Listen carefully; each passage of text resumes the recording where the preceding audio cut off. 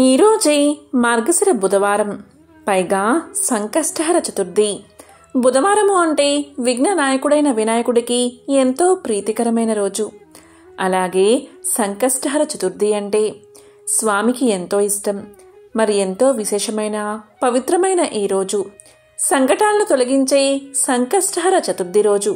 ఈ కథను వింటే చాలు, మీరు ప్రతి పనిలో విజయాన్ని సాధిస్తారు. ఆటంకాలన్నీ తొలగిపోతాయి. ఆ విఘ్నేశ్వరుడి అనుగ్రహం సంపూర్ణంగా మీకు లభిస్తుంది. మరి ఆ కథ ఏంటో ఇప్పుడు ఈ వీడియోలో తెలుసుకుందాం. సకల విఘ్నాలకు అధిపతి ఆ గణేశుడు. నిత్యం విఘ్నేశ్వరుణ్ణి పూజిస్తే అన్ని సంకటాలు, బాధలు తొలగిపోతాయని పండితులు చెబుతున్నారు.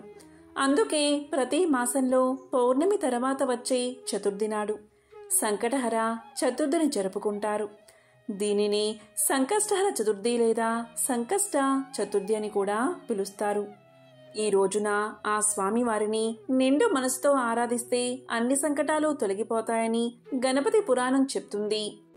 ప్రతి నెలలో కృష్ణపక్ష చవితి రోజు సంకష్టహర చతుర్థి వ్రతాన్ని ఆచరిస్తారు. మానవుల కష్టాల నుంచి గట్టెక్కించేది సంకటహర చతుర్థి వ్రతం. గణపతికి అత్యంత ప్రీతిపాత్రమైన తిథుల్లో ప్రధానమైనది చవితి తిథి. అయితే ఈ చవితి లేదా చతుర్థి పూజను రెండు రకాలుగా ఆచరిస్తారు. మొదటిది వరద చతుర్థి, రెండవది సంకష్టహర చతుర్థి. అమావాస్య తర్వాత వచ్చే చతుర్థి రోజున చేసే వ్రతాన్ని వరద చతుర్థి అని, పౌర్ణమి తర్వాత వచ్చే చతుర్థి రోజున చేసే వ్రతాన్ని సంకష్టహర చతుర్థి లేదా సంకటహర చతుర్థి వ్రతము అంటారు. మరి ఎంతో విశేషమైన ఈ సంకష్ట చతుర్థి వ్రత మహత్యాన్ని తెలిపే ఈ కథలను విన్నా, చదివినా, చెప్పినా, వినిపించినా జన్మల పాపాలు తొలగి కోటి జన్మల పుణ్యం వస్తుంది. అన్ని ఆటంకాలు తొలగి ప్రతి పనిలోనూ మీదే విజయం కలుగుతుంది. మరి ఆ కథలేంటో ఇప్పుడు ఈ వీడియోలో తెలుసుకుందాం. ఒకనాడు మహర్షులు కుమారస్వామిని అర్చించి ఆయన ప్రసన్నుడు అయ్యాక ఇలా కోరారు: స్వామి, కలియుగంలో జనులు పాప కార్యాలు చేసి తత్ఫలితంగా రుణ బాధలు, సంతానలేమి, గృహవసతి లేకపోవడం, దీర్ఘ వ్యాధులు, విద్యాభ్యాసం సరిగ్గా సాగకుండా ఉండడం, కావలసినంత ధనం లేకుండా ఉండడం, శత్రుపీడ, పనుల్లో ఆటంకాలు, అభివృద్ధి లేకపోవడం, పాడి పంటలు సరిగ్గా పండకపోవడం, వివాహం కాకపోవడం, దంపతుల మధ్య సయోధ్య లేకపోవడం, చెయ్యని తప్పుకు రాజదండన అనుభవించడం మొదలైన ఎన్నో కష్టాలు అనుభవిస్తున్నారు. ఆ మానసిక క్షోభ తీరి కష్టాలు తీర్చే వ్రతమేదైనా సెలవియ్యండి అని స్కందుణ్ణి అడిగారు. అప్పుడు కుమారస్వామి ప్రసన్నుడై, వ్రతాల్లోకెల్లా అత్యంత శక్తివంతమైన సంకష్టహర చతుర్థి వ్రతాన్ని మీకు ఉపదేశిస్తాను. ఒకానొక కల్పంలో హిమవంతుని కుమార్తె అయిన పార్వతి శివుణ్ణి పతిగా కోరి భక్తితో తపస్సు చేసి ఎంతకూ ఫలితాన్ని పొందక బాధపడుతూ తన పూర్వపు అవతారాలలో తన యందు జన్మించిన హేరంబ గణపతిని స్మరించినప్పుడు ఆ గణపతి ప్రసన్నుడై తల్లికి ఉపదేశించిన వ్రతమిది. ఈ వ్రతాన్ని ఆచరించి ఉమాదేవి పరమేశ్వరుణ్ణి పతిగా పొందింది. ఇప్పుడు ఈ వ్రత విధానం చెప్తాను వినండి అంటూ కుమారస్వామి ఇలా చెప్పడం ప్రారంభించాడు. ఈ వ్రతాన్ని ఏ మాసంలో అయినా బహుళ చతుర్థి నాడు ప్రారంభించాలి. వాటిలోనూ మంగళవారంతో కూడిన కృష్ణ చతుర్థి మరింత ముఖ్యం. దీనిని భౌమ చతుర్థి అని పిలుస్తారు. చంద్రోదయ వేళకి బహుళ చతుర్థి తిథి ఉన్న రోజు చూసుకుని ఆ రోజు సూర్యోదయానికి ముందే నిద్ర మేల్కొని కాలకృత్యాలు తీర్చుకుని నల్లటి నువ్వులతో కూడిన నీటితో స్నానం చేసి సంధ్యావందనం మొదలైన నిత్య నైమిత్తికాలు ఆచరించి సంకష్టహర చతుర్థి వ్రతం చేస్తానని మొక్కుకుని ఎరుపు రవికెల బట్టలను గణపతి ముందు ఉంచి దానిలో ఒక చిటికెడు పసుపు కుంకుమ వేసి 3 దోసిళ్ల బియ్యాన్ని అందులో పోసి ఎండు ఖర్జూరాలు 2 వక్కలు దక్షిణతో కూడిన తాంబూలం అందులో ఉంచాలి. మనసులో ఉన్న కోరికను స్వామికి తెలిపి ముడుపు మూట కట్టాలి. దాన్ని స్వామి గణపతికి 21 సార్లు ప్రదక్షిణ చెయ్యాలి. ఉదయమంతా ఆహారం తీసుకోకుండా కేవలం పాలు, పళ్ళు మాత్రమే తీసుకోవాలి. ఆ పూటంతా మౌనంగా ఉండాలి. మనసులో గణపతి నామస్మరణ చేస్తూ ఉండాలి. సూర్యుడు అస్తమించాక తలస్నానం చేసి దీపం వెలిగించి శ్రీ సంకష్టహర చతుర్థి వ్రతాన్ని ఆచరించాలి. ముడుపుగట్టిన బియ్యం ఉపయోగిస్తూ తీపి పొంగలి కుడుములు చేసి స్వామికి నివేదించాలి. వ్రతము అర్ఘ్యాలు అయిన తర్వాత అతిథులని గణేశ స్వరూపంగా భావించి ప్రసాదం కాని భోజనం కాని పెట్టాలి. ఆ ముందు రోజు ఆ రోజు బ్రహ్మచర్యాన్ని పాటించి దైవనామ స్మరణతో లౌకిక విషయాల మీదకి మనస్సు పోకుండా చూసుకోవాలి. ఇలా ఈ వ్రతాన్ని ఆచరిస్తే కోరికలు శీఘ్రంగా నెరవేరతాయి. 12 సార్లు చేస్తే ఈ వ్రతానికి వ్రతసిద్ధి కలుగుతుంది అని కుమారస్వామి తెలియచేశాడు. ఒకానొకనాడు ఇంద్రుడు తన విమానంలో ఇంద్రలోకానికి వెళ్తూ ఉండగా అనేక పాపాలు చేసిన ఒకానొక వ్యక్తి ఆకాశంలో పయనించి ఆ విమానం పైన దృష్టి సారించాడు. అతని దృష్టి సోకగానే ఆ విమానం చటుక్కున భూమిపై అర్ధాంతరంగా ఆగిపోవడం జరిగింది. ఆ ఇంద్ర విమానం యొక్క అద్భుతమైన వెలుగుకి ఆశ్చర్యపోయిన ఆ దేశపు రాజు సూరసేనుడు గబగబా బయటకు వచ్చి ఆ అద్భుతానికి ఆశ్చర్యపోతూ తిలకించసాగాడు. ఇంద్రుని చూసి ఎంతో సంతోషానికి లోనైన మహారాజు ఆనందంతో నమస్కారం చేశాడు. అక్కడ విమానం ఎందుకు ఆపారో కారణం అడిగాడు. అప్పుడు ఇంద్రుడు, ఓ రాజా, మీ రాజ్యంలో పాపాలు అధికంగా చేసిన వ్యక్తి ఎవరిదో దృష్టి సోకి విమానం మార్గమధ్యలో అర్ధాంతరంగా ఆగింది అని చెప్పాడు. అప్పుడు ఆ రాజు, అయ్యా, మరి మళ్లీ ఆగిపోయిన విమానం ఎలా బయలుదేరుతుంది అని అడగ్గా అప్పుడు ఇంద్రుడు ఇలా చెప్పాడు. ఇవాళ పంచమి, నిన్న చతుర్థి. నిన్నటి రోజున సాయంత్రం వరకు ఎవరైతే ఉపవాసం చేసి సంకష్టహర గణేశ వ్రతాన్ని చేస్తారో వారి పుణ్యఫలాన్ని నాకిస్తే నా విమానం తిరిగి బయలుదేరుతుంది అని చెప్పాడు. అదేవిధంగా సంకష్టహర చతుర్థి వ్రతం యొక్క మహత్యాన్ని తెలిపే కథలను ఇలా చెప్పడం ప్రారంభించాడు ఇంద్రుడు. పూర్వకాలంలో కృతవీర్యుడు అనే మహారాజు ఉండేవాడు. ఆ మహారాజు తన తండ్రి బ్రహ్మ ద్వారా తెలుసుకున్న సంకష్ట చతుర్థి వ్రతాన్ని తనకు కల్లో ఉపదేశించాక ఎంతో శ్రద్ధగా ఆ వ్రతాన్ని ఆచరించడమే కాకుండా ఏకాక్షర మంత్రాన్ని కూడా శ్రద్ధగా ఉపాసించాడు. కృతవీర్యుడి భక్తి ప్రపత్తులకు మెచ్చిన గజాననుడు ప్రత్యక్షమై అతనికి సంతాన భాగ్యాన్ని ప్రసాదించాడు. ఒక శుభముహూర్తంలో కృతవీర్యుడి భార్య గర్భాన్ని ధరించింది. 9 మాసాలు నిండాక ఒక పుత్రుణ్ణి ప్రసవించింది. అయితే ప్రారబ్ధవశాత్తు ఆ పిల్లవాడు 2 అందమైన తలలతో, చేతులు కాళ్ళు సరిగ్గా లేని వికృతమైన శరీరంతో జన్మించాడు. అలాంటి శిశువును చూసి మహారాణి ఎంతో కుమిలిపోయింది. అయ్యో, ఏ జన్మలో ఏ పాపం చేశానో కదా ఈనాడు నాకు ఇలాంటి వికారమైన పుత్రుడు జన్మించాడు. ఆ గజాననుడి వ్రతం చేసినా ఆయనకి మా మీద జాలి కలగలేదా? ఇలాంటి వాణ్ణి కనడం కన్నా గొడ్రాలిగా ఉండడమే మంచిది కదా. విప్రుల ఆశీర్వచనాలన్నీ అసత్యాలేనా? ఇక నేనేం చెయ్యాలి? ఈ పిల్లవాణ్ణి ఎలా పెంచాలి అని దీనంగా దుఃఖించసాగింది. రాణి ఏడుపు విని మందిరంలోకి వచ్చాడు కృతవీర్యుడు. అక్కడ రాణి పొత్తిళ్లలో వికారంగా జన్మించిన పుత్రుణ్ణి చూశాడు.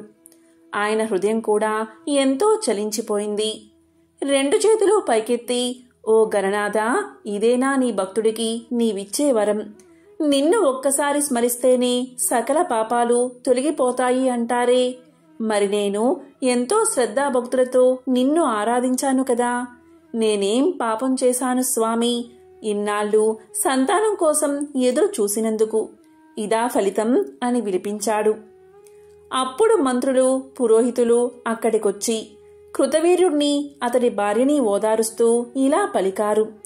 మహారాజా, కర్మగతిని ఎవరూ తప్పించలేరు. లోకంలో శ్రీరాముడు, ధర్మరాజు లాంటి వాళ్లే ఎన్నో కష్టాలు పడ్డారు. ఇక మానవులమైన మనమెంత? మీరిలా ఎంత బాధపడ్డా మీ కుమారుడికి పూర్తి అవయవాలు వస్తాయా? ఏదైనా కాలానుగుణంగా ప్రాప్తించాల్సినవే అని హితబోధ చేశారు వారు. వారి మాటలతో కృతవీర్యుడు కొంత శాంతించాడు. నెమ్మదిగా తాను ధైర్యాన్ని తెచ్చుకుని భార్యను కూడా ధైర్యం తెచ్చుకోమని చెప్పాడు. క్రమంగా ఆ దంపతులు పిల్లవాడి భారాన్ని గజాననుడికే వదిలేసి ఆ బాలుడికి యథోచిత సంస్కారాలు చేశారు. ఎంతోమంది విప్రులకి, పండితులకి, బీద సాదలకి అన్న వస్త్రదానాలు చేశారు. ఇలా 11 రోజులు గడిచాక తమ కుమారుడికి కార్తవీర్యుడు అనే పేరు పెట్టారు. నగరమంతా ఉత్సవాలు జరిపించారు. అందరికీ దాన ధర్మాలు చేశారు. ఎంతో ప్రేమగా పిల్లాన్ని పెంచసాగారు. ఆ విధంగా 12 సంవత్సరాలు గడిచాయి. ఒకనాడు దత్తాత్రేయుల వారు కృతవీర్యుడి ఆస్థానానికి వచ్చారు. దీంతో మహారాజు ఆయన్ని ఘనంగా స్వాగతించి అతిథి మర్యాదలు చేసి గౌరవించాడు. దత్తాత్రేయుల వారు సుఖంగా కూర్చున్నాక ఆయన పాదాల మీద పడి, మహాత్మా, మీ రాకతో మా రాజ్యమెంతో పవిత్రమైనది. మా జీవితాలు ధన్యమయ్యాయి. మీలాంటి పుణ్యాత్ముల దర్శనం దుర్లభం. ఎంతో పుణ్యం చేసుకుంటే గాని మీ దర్శనం లభించదు. స్వామి, నన్ను, నా కుటుంబాన్ని, నా రాజ్యాన్ని ఆశీర్వదించండి అని కోరాడు. ఇక దత్తాత్రేయుల వారు చిరునవ్వుతో ఇలా పలికారు. రాజా, నేను నీ కుమారుణ్ణి చూద్దామని వచ్చానయ్యా. ఏడి, ఇటు తీసుకురా అని అనగాని కృతవీర్యుడు పరిజనుణ్ణి పంపించి వికలాంగుడైన తన కుమారుణ్ణి దత్తులవారి దగ్గరికి తెప్పించాడు. స్వామి కార్తవీర్యుణ్ణి పరిశీలనగా చూశాడు. అప్పుడు కృతవీర్యుడు, మహానుభావా, నేనెంతో తపించి గణేశుణ్ణి ఆరాధించి ఆయన మంత్రాన్ని కఠోర దీక్షతో ఆచరించాను. ఆ ప్రభువుకి నా మీద దయ కలగలేదో ఏమో, ఇలాంటి అంగవికలుడైన పుత్రుణ్ణి ప్రసాదించాడు. నా దురదృష్టం గురించి ఇంకేం చెప్పను. నాలాంటి అభాగ్యుడు లోకంలో ఇంకెవడూ ఉండడు. దయచేసి నా కుమారుడి అంగవైకల్యం తొలగిపోయే దారి చూపించండి స్వామి. జన్మ జన్మలకి మీకు రుణపడి ఉంటా అని దీనంగా ప్రార్థించాడు. అప్పుడు దత్తాత్రేయుల వారు ఇలా పలికారు. మహారాజా, నీవేం బాధపడకు. ఇప్పుడే నీ కుమారుడి గురించి, అతడి భవిష్యత్తు గురించి ధ్యానంలో చూశాను. నీ పుత్రుడు సామాన్యుడు కాదు. అసమాన పరాక్రమవంతుడుగా ఈ విశ్వంలో ఎంతో పేరు తెచ్చుకుంటాడు. లోకంలో ఉన్న రాజులందరినీ ఓడించి భూమండలానికి సార్వభౌముడు అవుతాడు. ఇక నీ కుమారుడికి అంగవైకల్యం ఎందుకు కలిగింది అంటే, ఆనాడు సంతానం కోరి నీవు సంకష్ట చతుర్థి వ్రతాన్ని ఆచరించే సమయంలో రాత్రిపూట చెయ్యాల్సిన జాగరణ విషయంలో కొంత అశ్రద్ధ చూపావు. శుద్ధ ఆచమనం లాంటి కొన్ని నియమాలను అస్సలు నువ్వు పాటించలేదు. దాంతో వ్రతానికి లోపం కలిగింది. అందుకే నీకిలా అంగవిహీనమైన పుత్రుడు జన్మించాడు అని చెప్పి కృతవీర్యుడి కుమారుణ్ణి దగ్గరకు తీసుకుని అతని చెవిలో సాంగోపాగంగా గణపతి ఏకాక్షర బీజమంత్రాన్ని ఉపదేశించాడు దత్తాత్రేయుడు.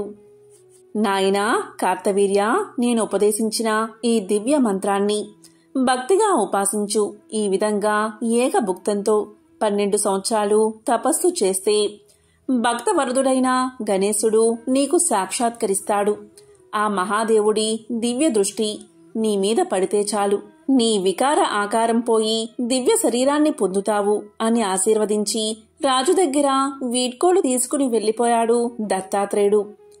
కార్తవీర్యుడు తండ్రి దగ్గరకు వెళ్లి, నాన్నగారు, దత్తాత్రేయుల వారు చెప్పినట్టే నేను గజానుడి కోసం తపస్సు చేస్తాను. అందుకు అవసరమైన ఏర్పాట్లు చెయ్యండి అని కోరాడు.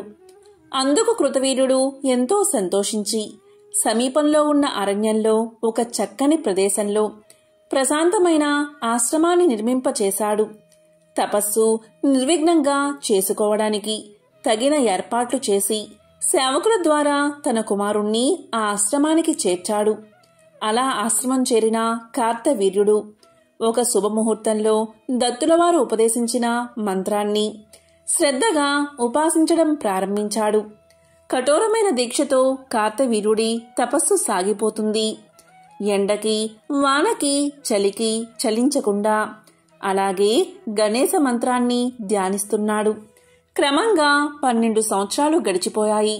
ఒక శుభముహూర్తంలో కార్తవీర్యుడు తపస్సు చేస్తున్న ప్రదేశానికి ఎదురుగా ఉన్న సరోవరం నుంచి ఎర్రటి పగడంలాంటి వర్ణంతో ప్రకాశిస్తూ గజాననుడు ప్రత్యక్షమయ్యాడు. మృదు మధురమైన స్వరంతో ఇలా పలికాడు. నాయనా కార్తవీర్య, నీ కఠోర తపస్సుకి మెచ్చాను. క్రూర మృగాలు సంచరించే ఈ భయంకరమైన అడవిలో ఏమాత్రం భయపడకుండా 12 సంవత్సరాలు దీక్షగా తపస్సు చేశావు. నీకు వరాలు ఇవ్వడానికే వచ్చాను. ఏం కావాలో కోరుకో అన్నాడు గజాననుడు. గజాననుడి దివ్యస్వరం ధ్యాననిష్టలో ఉన్న కార్తవీర్యుడికి వినిపించింది. నెమ్మదిగా కళ్ళు తెరిచాడు. ఎదురుగా కనిపించిన గజాననుడి పాదాల మీద పడిపోయాడు. తన కన్నీటితో ఆయన పాదాలు కడిగాడు. దేవాదిదేవా గణనాథ, నీ దివ్య పాద పద్మాల మీద నాకు స్థిరమైన భక్తిని ప్రసాదించు. ఇక నాకు ఏ కోరిక లేదు. అయితే నా వికృత రూపాన్ని చూసి నా తల్లిదండ్రులు ఎంతగానో కుమిలిపోతున్నారు. వారి సంతోషం కోసం నాకు అందరిలాంటి శరీరాన్ని అనుగ్రహించు అని పలికాడు. అతని మాటలకు నవ్వుకున్న గజాననుడు వెంటనే సూక్ష్మ రూపాన్ని ధరించి కార్తవీర్యుడి ఉదరంలోకి ప్రవేశించాడు. అలా స్వామి ప్రవేశించిన వెంటనే కార్తవీర్యుడికి అంగవైకల్యం తొలగిపోయి దివ్య దేహం ప్రాప్తించింది. నవయువకుడిలా మారిపోయాడు. 2 చేతుల స్థానంలో 1000 చేతులు వచ్చాయి. ధీరుడిగా నిలబడ్డ ఆ కార్తవీర్యుణ్ణి చూసి దేవతలంతా ఆశ్చర్యపోయి పూలమాల కురిపించారు. ఆ విధంగా గణేశ వర ప్రభావంతో మహాబలవంతుడైన కార్తవీర్యుడు ఉత్సాహంతో దిక్కులన్నీ అదిరిపోయేలా ఒక్కసారి సింహనాదం చేశాడు. ఆ ధ్వనికి సమస్త రాజలోకం గడగడలాడిపోయింది. లోకాలన్నీ ఉలిక్కి పడ్డాయి. ఒకేసారి 500 బాణాల్ని ప్రయోగించగల సామర్థ్యం కార్తవీర్యుడికి కలిగింది. కార్తవీర్యుడి సహా బాహువుల్ని దర్శించి ఆశ్చర్యపడిన దేవతలంతా కిందకి దిగి గణేశ వరప్రసాదుడైన అతనితో ఇలా పలికారు. కార్తవీర్య, నీవెంతో గొప్పవాడివి. నీకెక్కడా తిరుగులేదు. నిన్ను స్మరిస్తే చాలు పోయిన వస్తువులు, ద్రవ్యం తిరిగి దొరుకుతాయి.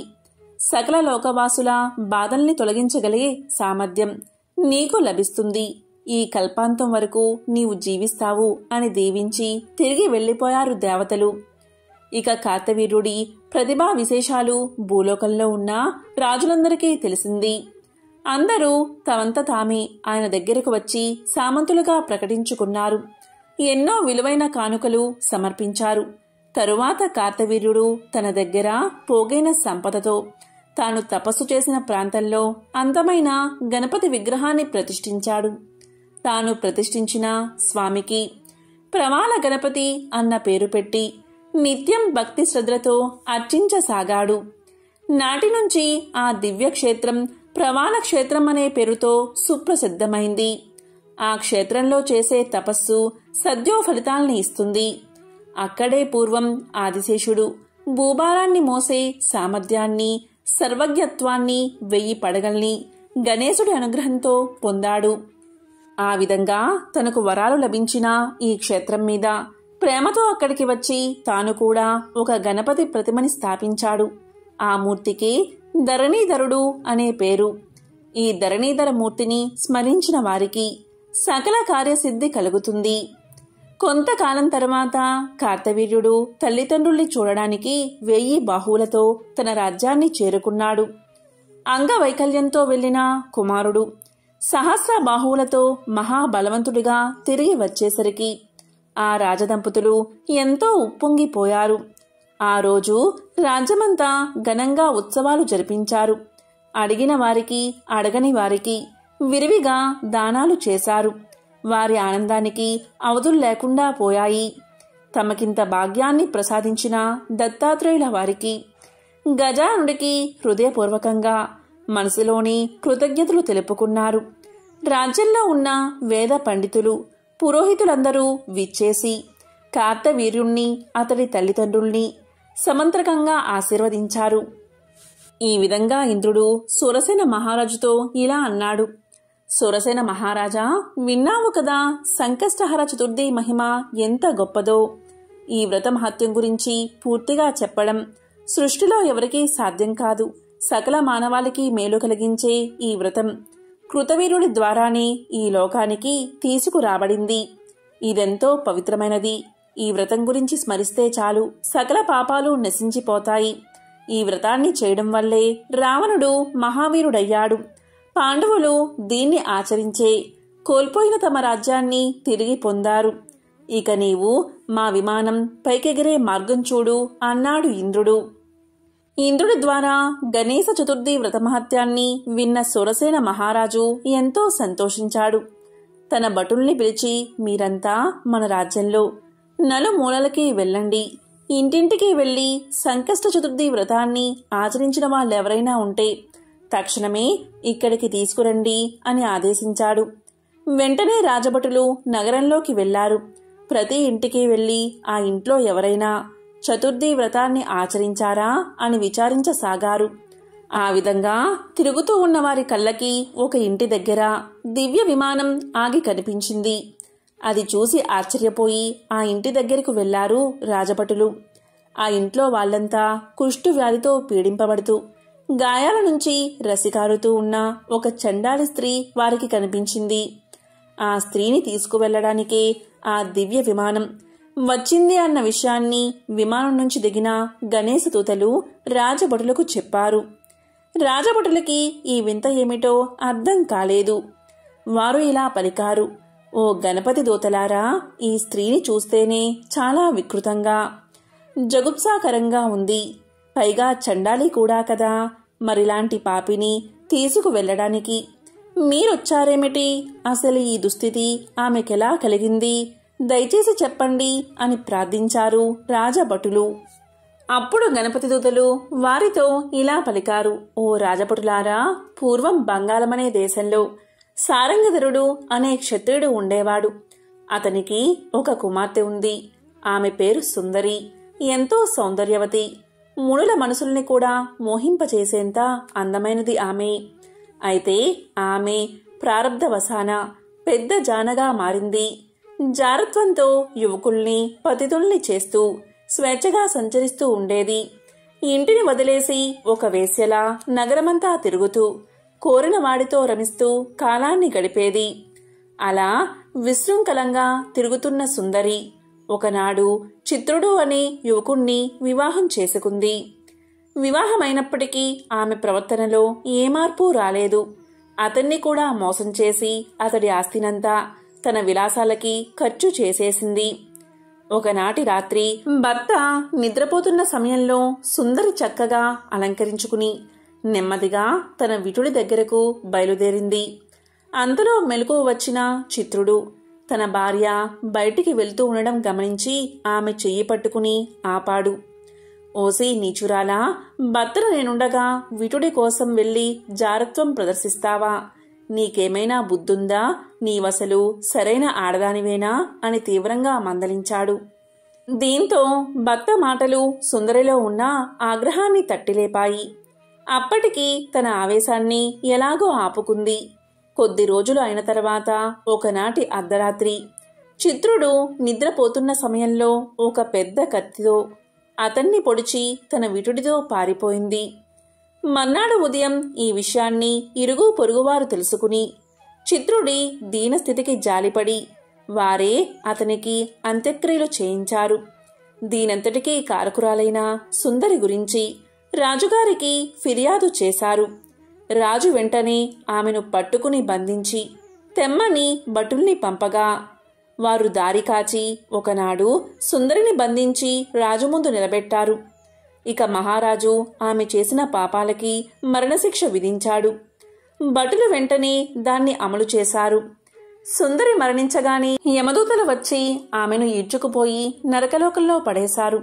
ఆ నరకంలో ఎన్నో రకాల యాతనలు పడుతూ తాను చేసిన తప్పుల్ని గుర్తు తెచ్చుకుంటూ ఎంతో దుఃఖించింది సుందరి. అలా నరకంలో ఒక కల్పాంతం వరకు శిక్షలు అనుభవించిన ఆమె తిరిగి ఒక చండాల స్త్రీగా కుష్టు వ్యాధితో మీ రాజ్యంలో జన్మించింది. ఒకనాడి చండాలి బాగా మద్యం తాగి మతి తప్పి భిక్షాటన కోసం ఇల్లిల్లు తిరుగుతూ చంద్రోదయ సమయానికి సంకష్ట చతుర్థి వ్రతం చేస్తున్న ఒకడి ఇంటి దగ్గరకు వెళ్ళింది. అక్కడ వారు పెట్టిన గణేశుడి ప్రసాదాన్ని భుజించింది. ఆ సమయంలో గణేశుణ్ణి మనసారా స్మరించింది. ఆనాడు ఈమె చేసిన పుణ్యం కారణంగానే గణేశ లోకానికి వెళ్లే అర్హత సంపాదించుకుంది. అందుకే ఈమెని సశరీరంగా తీసుకువెళ్లడానికి వచ్చాం అన్నారు గణేశ దూతలు. ఈ కథనంతా విన్న రాజభటులు తమ రాజు తమని ఎందుకు పంపింది, ఇంద్రుడి విమానం ఎలా కూలిపోయిందో, అది తిరిగి పైకి లేవాలంటే ఏం చెయ్యాలి అన్న విషయాన్ని మొత్తం గణపతి దూతలకు చెప్పి, ఓ గణేశ దూతలారా, మా ప్రభువు ఇంద్రుల వారికి మాటిచ్చాడు. ఇంద్రుడు కూడా దేవలోక ప్రభువే కదా. మీరు దయతలచి ఈ చండాల్ని మాతో పంపిస్తే ఈమె చేత చతుర్థి వ్రత దర్శనం ద్వారా ఆమెకు లభించిన పుణ్యాన్ని దారపోయించి ఇంద్రుడి విమానాన్ని తిరిగి వెళ్లిపోయేలా చేస్తాం. దయచేసి మా మాట మన్నించండి అని కోరారు. అప్పుడు గణపతి దూతలు ఇలా పలికారు, ఓ రాజభటులారా, ఈమెను మీతో పంపడం కుదరదు. అందుకు మా ప్రభువు అనుమతి లేదు. ఇక మీరు వెళ్ళొచ్చు అంటూ ఆ చండాల స్త్రీని నెమ్మదిగా తమ విమానం ఎక్కించారు. విమానం ఎక్కడంతోటే ఆమెకి దివ్య శరీరం ప్రాప్తించింది. మంగళనాదాలు వినిపిస్తూ ఉండగా గణేశ దూతలు ఆమెతో సహా గణపతి లోకానికి బయలుదేరారు. ఈ విషయాన్ని పరుగున వెళ్లి సూరసేనుడికి చెప్పారు భటులు. అంతలో గణపతి లోకానికి వెళ్తున్న విమానం నలువైపులా దివ్య కాంతుల్ని వెదజల్లుతూ నింగిలోకి ప్రయాణిస్తూ వారికి కనిపించింది. ఆ విమానంలోంచి దివ్య రూపాన్ని ధరించిన చండాలి ఒక్కసారి కిందకి చూసింది. ఆమె దివ్య దృష్టి ఇంద్రుడి విమానం మీద పడింది. అంతే, ఆమె పుణ్య ప్రభావంతో ఇంద్రుడి విమానం పైకి లేచింది. ఈ దృశ్యాన్ని చూసి అందరూ ఆశ్చర్యపోయారు. ఇక సూరసేనుడు ఇంద్రుడికి వీడ్కోలు చెప్పి ఈ వింతను తలుచుకుంటూ అంతఃపురానికి వెళ్లిపోగా దివ్య శరీరాన్ని ధరించిన చండాలి గణపతి లోకాన్ని చేరుకుంది. ఇంద్రుడి ద్వారా సంకష్ట చతుర్థి గొప్పతనాన్ని విన్న సూరసేనుడికి తాను కూడా ఆ దివ్య వ్రతాన్ని చేసి గణేశుడి అనుగ్రహం పొందాలి అన్న సంకల్పం కలిగింది. తన మందిరానికి చేరుకుని వెంటనే కులగురువైన వశిష్ఠుల వారికి కబురు పెట్టాడు సూరసేనుడు. ఆయన రాగానే అర్ఘ్యపాద్యాలతో సత్కరించి, మహానుభావా, గురుదేవా, నేనిటీవలే ఇంద్రుడి ద్వారా సంకష్ట చతుర్థి వ్రతం గొప్పతనం తెలుసుకున్నాను. దయచేసి తమరు మంచి ముహూర్తం నిర్ణయించండి. నాక్కూడా ఆ వ్రతాన్ని చెయ్యాలని ఉంది అని కోరాడు సూరసేనుడు. వశిష్ఠుడు ప్రశాంతంగా ఇలా పలికాడు, మహారాజా, వచ్చే మాఘమాసంలో బహుళ పక్షంలో వచ్చే చతుర్థి ఎంతో విశేషమైనది. ఎందుకంటే ఆ రోజు మంగళవారం కూడా కలిసి వచ్చింది. ఆ రోజు కనుక నీవు వ్రతాన్ని చేస్తే నీవనుకున్న సంకల్పాలన్నీ నెరవేరతాయి అని చెప్పి ఆశీర్వదించి వెళ్లిపోయాడు. ఇక సూరసేనుడు వశిష్ఠుడు చెప్పినట్లుగానే మాఘమాస కృష్ణపక్ష అంగారక చతుర్థి నాడు సకల సంబారాలతో అత్యంత వైభవంగా సంకష్టహర చతుర్థి వ్రతాన్ని ఆచరించాడు. వ్రతం తర్వాత యథావిధిగా విప్రులకి భోజన తాంబూలాల్ని దక్షిణ్ణి సమర్పించి వారిద్దరినీ సంతృప్తిపరిచాడు. గణపతికి చంద్రుడికి అర్ఘ్యాలు ఇచ్చి విప్రులందరి భోజనాలు ముగిశాక తాను బంధుమిత్రులతో కలిసి భోజనం చేశాడు. ఆ సందర్భంగా 10,000 గోవుల్ని దానం చేశాడు. ఆ రాత్రంతా వినాయక వ్రత కథల్ని, చతుర్థి వ్రత మహత్యం గురించి వింటూ తెల్లవారు గణేశ భజనతో జాగారం చేశాడు. మర్నాడు ఉదయం యథావిధిగా గణపతికి షోడశోపచార పూజ చేసి తాను పూజించిన బంగారు గణపతి ప్రతిమని ఎర్రటి పట్టు వస్త్రంతో సహా కులగురువైన వశిష్ఠుల వారికి వాయనం ఇచ్చాడు. ఈ విధంగా శాస్త్రోక్తంగా వ్రతాన్ని ఆచరించడంతో గణపతి సంతోషించి అతని కోసం దివ్య విమానాన్ని పంపించాడు. విమానం సరాసరి వచ్చి సూరసేనుడి ముందు ఆగింది. అందులోంచి దిగిన గణపతి దూతలు, సూరసేన, నీ పుణ్యం ఫలించింది. గజాననుడు నిన్ను సశరీరంగా తన దగ్గరకు తీసుకురమ్మని మమ్మల్ని పంపించాడు అని అన్నారు. వారి మాటలు వినగానే సూరసేనుడికి ఆనందంతో నోట మాట రాలేదు. గణేశుడి అనుగ్రహానికి మురిసిపోయాడు. ఓ గణనాథ దూతలారా, ఈ రోజు నా జన్మ ధన్యమైనది. సకల దేవతలతో ఆరాధించబడే గజాననుడు నా కోసం విమానం పంపించాడు అంటే నేనెంత ధన్యున్నో కదా. అయ్యా, నాదొక చిన్న విన్నపం. నా ప్రజలు నాకు కన్న బిడ్డల్లాంటి వాళ్ళు కూడా నన్ను కన్న తండ్రిలా భావిస్తారు. నాకేదైనా చిన్న కష్టం వస్తే తల్లడిల్లిపోతారు. నా కోసం నిద్రాహారాలు మాని ఉపవాసం ఉంటారు. అలాంటి నా ప్రజల్ని వదిలేసి నేనొక్కడినే మీతో రావడం ధర్మం కాదు. దయచేసి వారిని కూడా నాతో వచ్చేందుకు అనుమతించండి అని కోరాడు శూరసేన మహారాజు. శూరసేన, మా ప్రభువు నిన్ను మాత్రమే తీసుకురమ్మన్నాడు. అయితే నీవింత నిస్వార్థంగా ప్రజాక్షేమం కోసం అడుగుతున్నావు కనుక కాదనలేకపోతున్నా. మా ప్రభువు ఆగ్రహిస్తే సహిస్తామని చెప్పి అతనితో పాటు రాజ్యంలోని ప్రజల్ని కూడా విమానం ఎక్కించారు. అది సామాన్యమైన విమానం కాదు. ఎంతమంది ఎక్కినా మరొకరికి చోటు సరిపోయే దివ్య విమానం. గణపతిలోక విమానాన్ని ఎక్కగానే అందరికీ దివ్య శరీరాలు వచ్చేశాయి. అందమైన వస్త్రాల్ని, ఆభరణాల్ని పొందిన వారంతా ఆహా, ఏమి మా భాగ్యం అని పొంగిపోయారు. ఇదంతా మన మహారాజుగారి దయే, అందుకే మనకి భాగ్యం పట్టింది అని ఉప్పొంగిపోతూ శూరసేనుణ్ణి గొప్పగా కొనియాడారు. ఆ సమయంలో గణపతి దూతలు విమానాన్ని పైకి లేపడానికి ప్రయత్నించారు. అయితే అది నేల మీద నుంచి ఒక్క అంగుళం కూడా పైకి లేవలేదు. కారణం ఏమిటా అని విమానమంతా పరిశీలించగా అందులోకి ఒక కుష్ఠరోగి ఎక్కాడు. అప్పుడు ప్రజలంతా రాజుతో, మహారాజా, ఆ రోగిని దింపేస్తే విమానం పైకి ఎగురుతుంది. మీరు అనుమతి ఇస్తే దింపేస్తామని అభ్యర్థించారు. గణపతి దూతలు కూడా అది నిజమేనని చెప్పి కుష్ఠరోగిని దింపాలని ప్రయత్నం చేశారు. అప్పుడు శూరసేనుడు ఇలా పలికాడు. గణనాథుడి దూతలతో ఇలా అన్నాడు, ఈ దీనుణ్ణి వదిలి నేను మీతో రాలేను. దయచేసి మీరంతా మా ఇద్దరినీ వదిలేసి వెళ్ళిపోండి. లేదా ఈ కుష్ఠరోగి ఎవరు, అతడికి రోగం ఎందుకొచ్చింది, ఏం చేస్తే అది తొలగిపోతుంది అన్న విషయాలు చెప్పి పుణ్యం కట్టుకోండి అని ప్రార్థించాడు. ఇక శూరసేనుడి అభ్యర్థన విన్న గణపతి దూతలు అతడి ధర్మగుణానికి మెచ్చుకుని విమానంలోని కుష్ఠు వ్యాధిగ్రస్తుడి వృత్తాంతాన్ని ఇలా వివరించారు. ఓ మహారాజా, ఈ వ్యాధిగ్రస్తుడు పూర్వజన్మలో గౌడ దేశంలోని ఒక నగరంలో ఉత్తమ కులంలో జన్మించాడు. అతని తల్లి పేరు సాకిని, తండ్రి దుర్వాడు అనేవాడు. లేకలేక కలిగిన తమ బిడ్డకి బుధుడు అనే పేరు పెట్టుకున్నారు.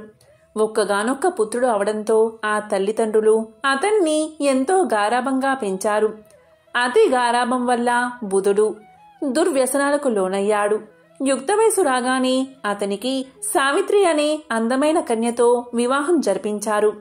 వివాహం జరిగినప్పటికీ బుధుడి ప్రవర్తనలో మార్పు రాలేదు. వేశ్యాలోలుడై భార్యని వదిలేసి ఆమెతోనే కాలం గడుపుతున్నాడు. ఒకనాడు ఇంట్లో ఉన్న ఆభరణాలన్నీ తీసుకుపోయి వేసతో సహా ఎటో వెళ్లిపోయాడు. కడుపు తీపి చంపుకోలేక ఆ దంపతులిద్దరూ కొడుకు కోసం నగరమంతా వెతకడం ప్రారంభించారు. దారిన పోయే వాళ్ళందరినీ అడుగుతూ తిండి తిప్పలు మాని పిచ్చివాళ్ళలా తిరుగుతున్నారు. ఒకనాడు వారికి దారిలో భీముడు అనేవాడు ఎదురై, అయ్యా, నా పేరు భీముడు. మీరు మీ కుమారుడు బుధుడు నాకు తెలుసు. వాడిప్పుడు ఒక వేసవల్లో చిక్కుకుపోయాడు. అందరినీ వదిలేసి ఆమెతోనే జీవిస్తున్నాడు. అలాంటి వాడి గురించి మీరెందుకు బాధపడుతున్నారు? మీరిలా తిరగడం వ్యర్థం. ఇంటికి వెళ్ళిపోండి. వాడు మీతో రానేరాడు అని చెప్పాడు. ఆ మాటలు వినగానే దూరుడికి ఆగ్రహం వచ్చింది. భార్యని ఇంటికి పంపించి ఆ వేశ్యాగృహం ఎక్కడుందో తెలుసుకుని అక్కడికి వెళ్ళాడు.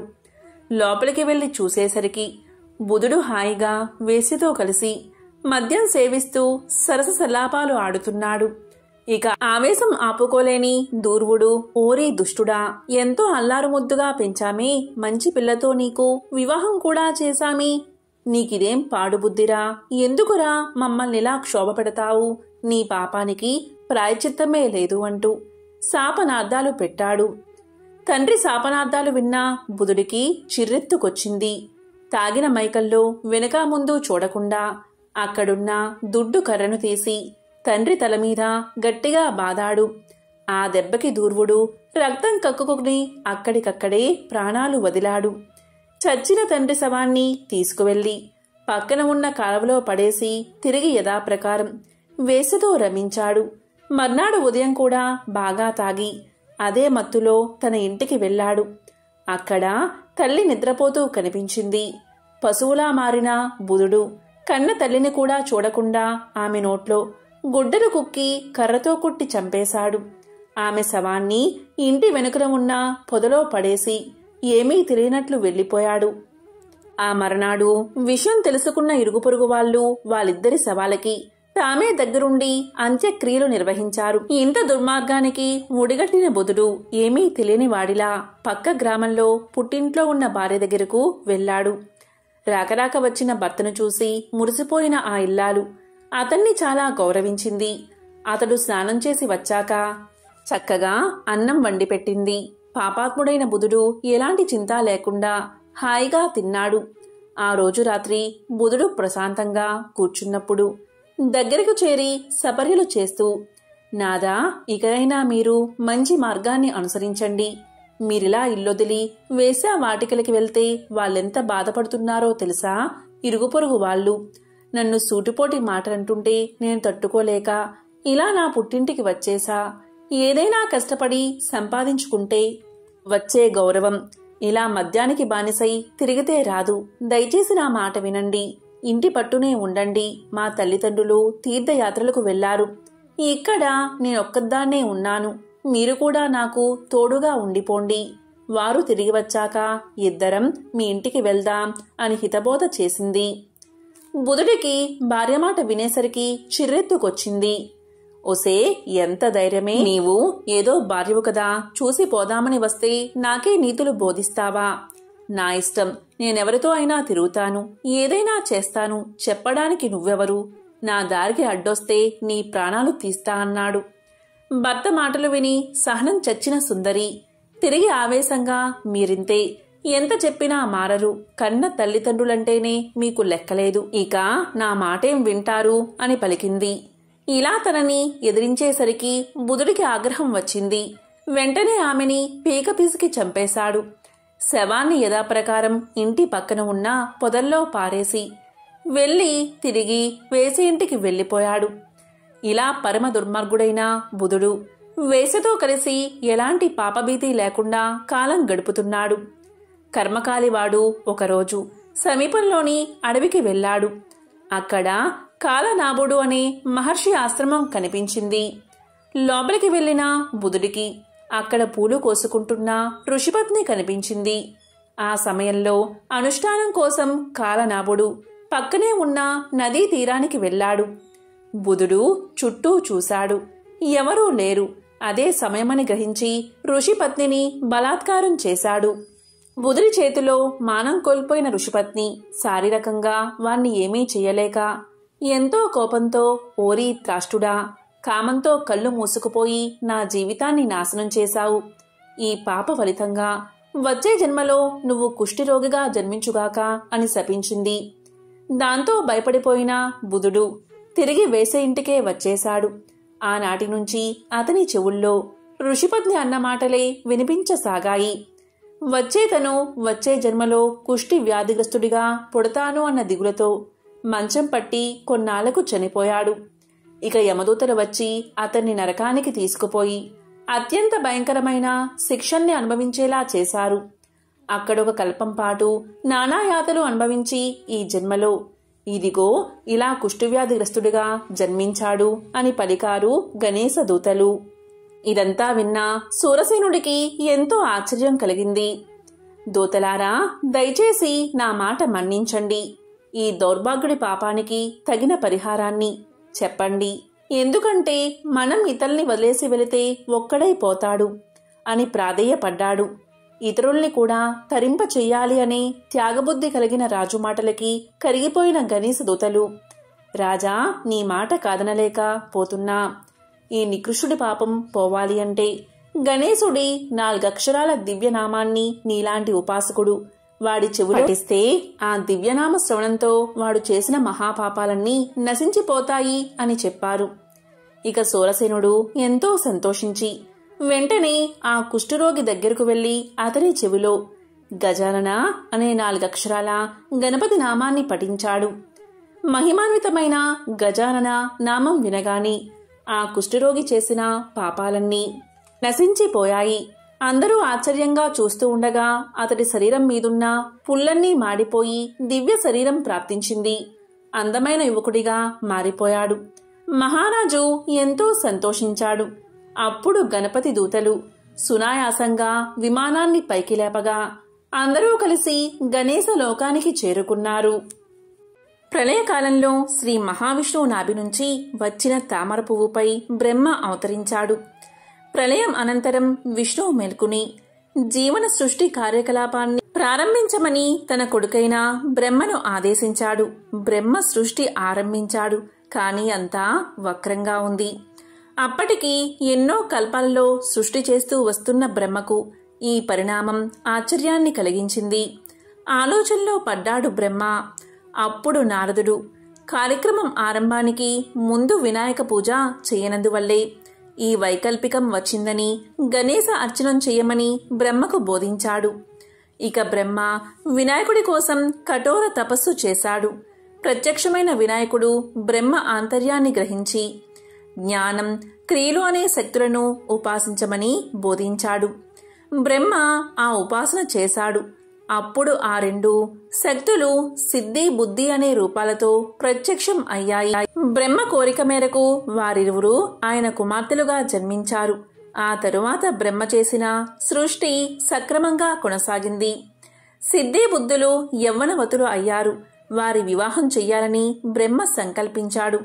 ఈలోగా నారదుడు కథ నడిపి సిద్ధి, బుద్ధులు గణేశుణ్ణి కోరుతున్నారని ఆయనకు చెప్పాడు. వినాయకుడు అంగీకరించాడు.